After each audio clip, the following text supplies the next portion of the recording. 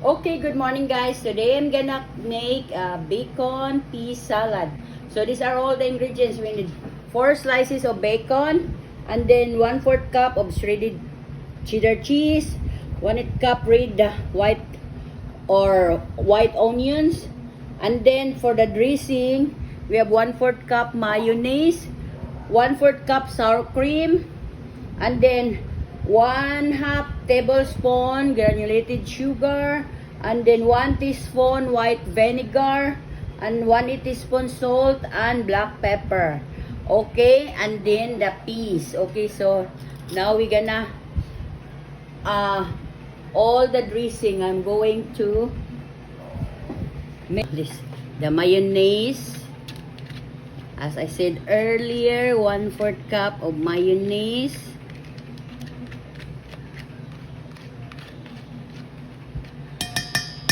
Sour cream.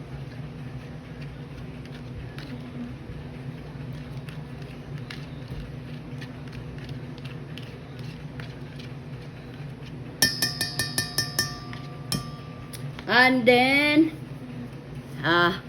1/2 tablespoon of sugar, and then 1 teaspoon of white vinegar, and then 1/8 teaspoon of salt and black pepper. Okay, we're gonna mix it.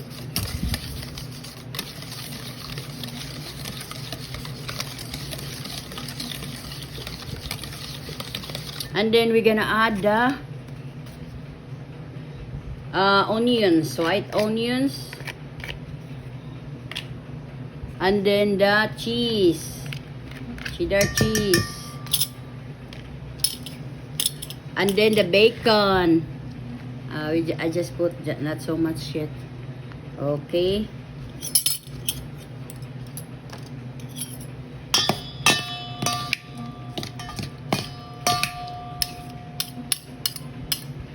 And then the peas, guys.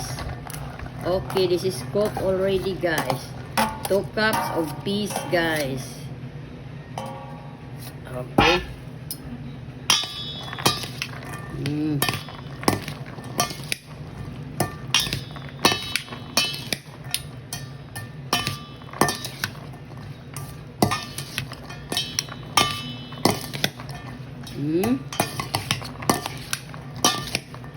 But that one, guys.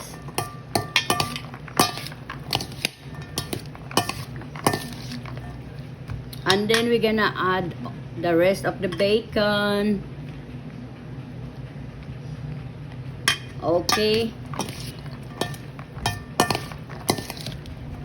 And now, guys, it's tasting time. We're gonna taste it, guys.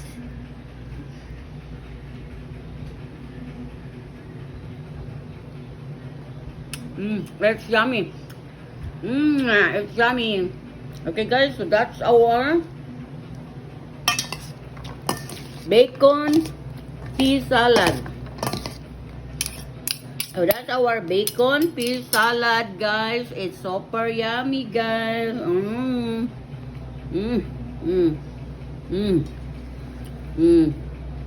Okay, so that's our bacon pea salad. It's super yummy. Okay, guys, see you tomorrow for another recipe.